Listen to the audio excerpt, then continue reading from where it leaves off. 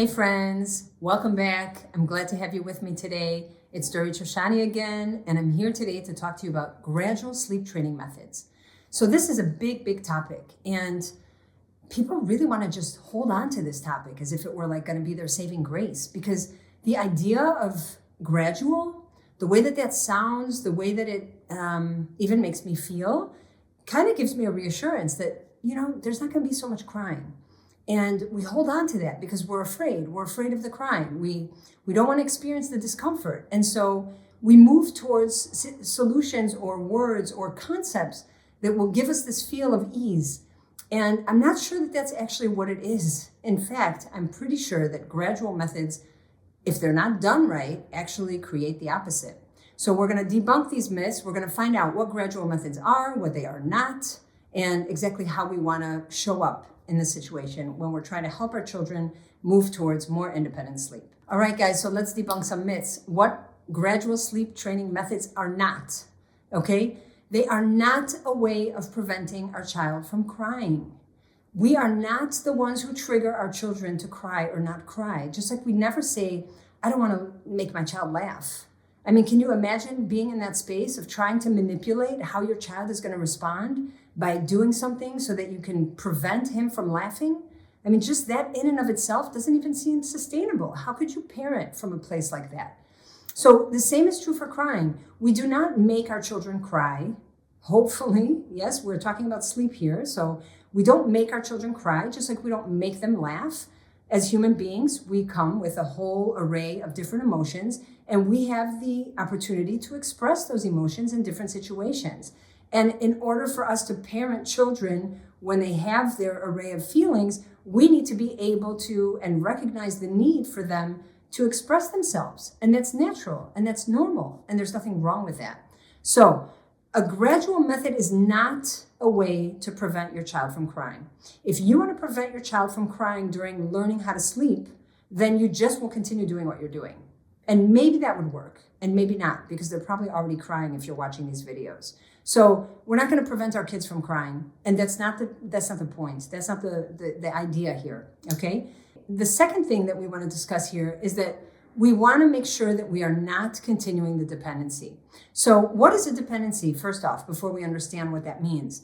A dependency is when our child needs something or someone external to help them fall back asleep, okay? So let's think about that. If my child just needs a pacifier, it's going to take 1 second. I'm just going to run in, give him his passy, and run back out.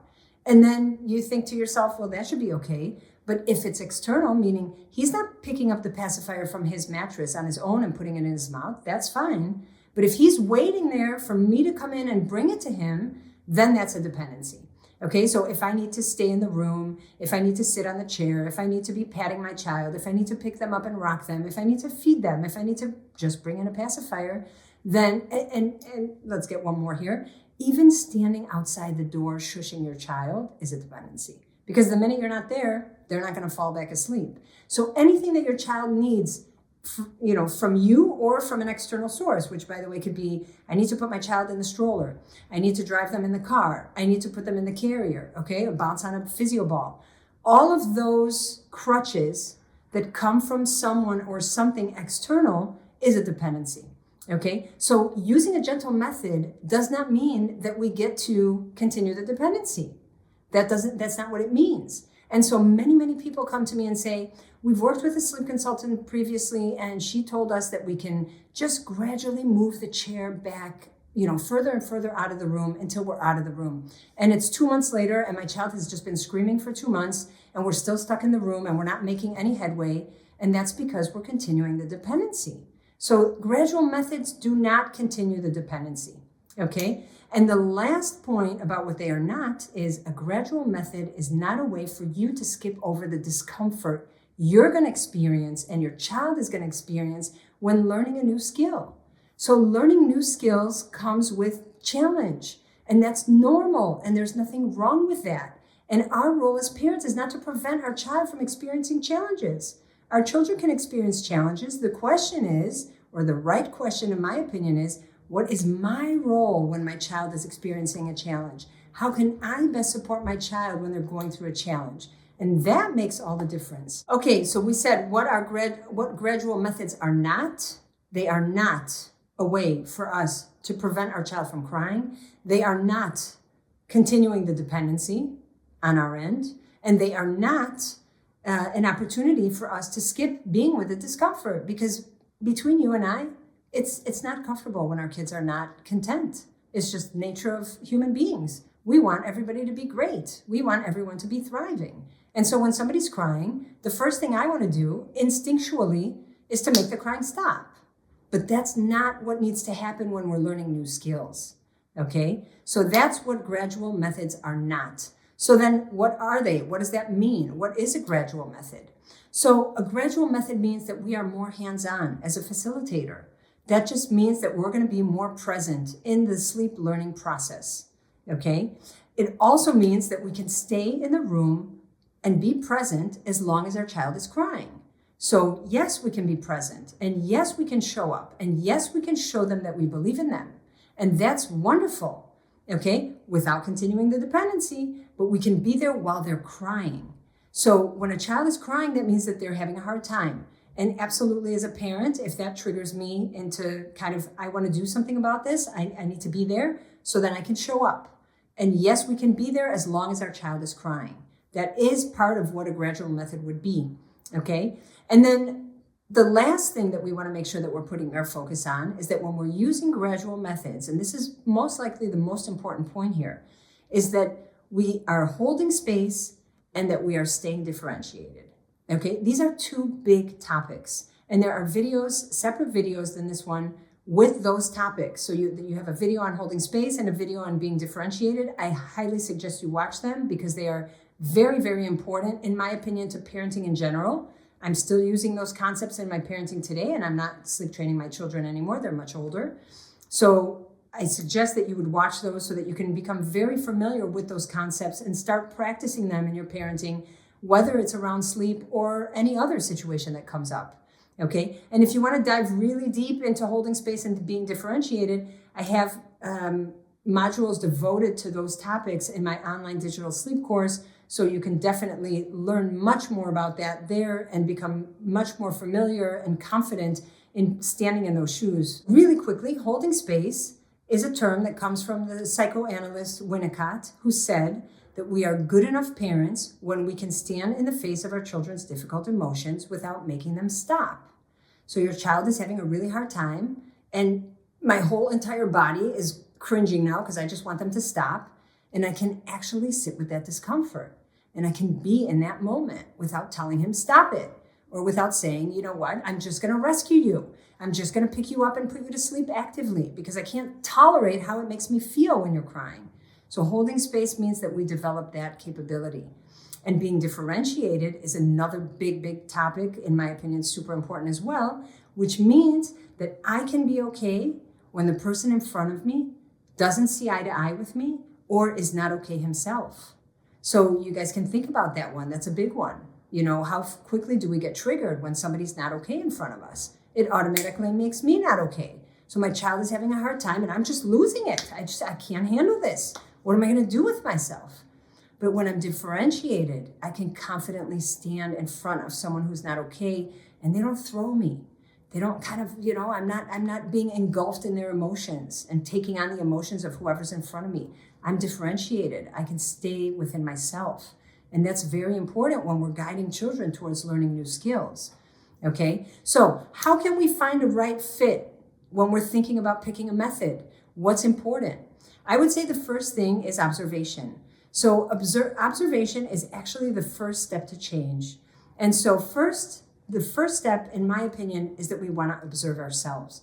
We want to get familiar with how we show up because, believe it or not, 90% of what we're doing is done on autopilot. That's the research today. And so if 90% of what I'm doing is on autopilot, then I better pay attention to what I'm doing so that I can start becoming more intentional. So let's observe, Dorit. Let's observe how you show up in real time. What is going on for you? How are you feeling? How are you responding? What are your facial expressions? What are your mannerisms? How are you moving? How quickly are you to, go in or out of the room? What's that experience like for you? So first off, I invite you to observe yourselves. And by the way, guys, this is powerful in every aspect of life, not just in, sleep training with our children. You want to become self-aware. You want to understand how it is that you show up so that you can become more intentional in how you respond to situations. So the first thing is that we want to make sure that we're observing how we show up. The second thing we want to make sure is that we're observing how our child responds to our behavior.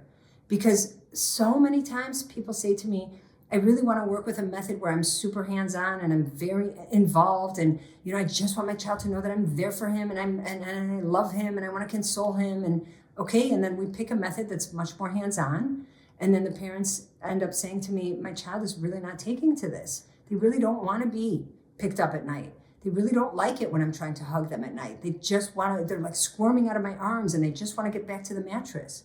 Well, that's an indication that probably it's not right to be picking up your child so much if they're not taking to that. So observe your child. Take a moment, take a step back, and create a gap between what you're doing and how it's affecting your child, and just observe and see is he enjoying this? Is it nice for him when I pick him up? Is that creating more of an ability to soothe back to sleep afterwards? Because if the answer is yes, then it's definitely right for you and your child.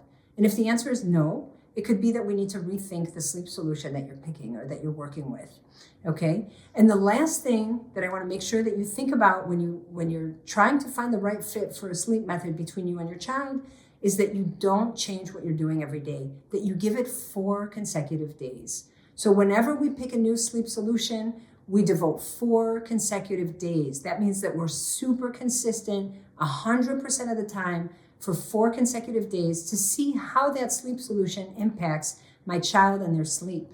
If we see progress, if we're moving in the direction of moving forwards, then we're doing well and we can continue. If we feel like we're not making any headway or we're stuck, then that's an indication to stop and reevaluate whether or not the sleep solution is ideal for your child. Okay? So I hope that this brings clarity and a little bit of insight for you. Now you have what to do and what to think about. Take a few days, observe yourself, observe your child, see how that dynamic plays out so that you can pick a solution that's really going to be best for your child and create the least amount of difficulty moving forward with their learning. Okay? So guys, I'm going to leave you with that for this video. But again, if you haven't gotten your kids sleeping yet and you're desperate for sleep, then there's a quick way you can go about that. Just grab my free offer. It's 3 main reasons why your child is still not sleeping through the night. You can watch the video, figure out exactly where you want to put focus so that you can start moving out of that space and getting to better nights. Okay? Good to have you with me. I will see you in the next video.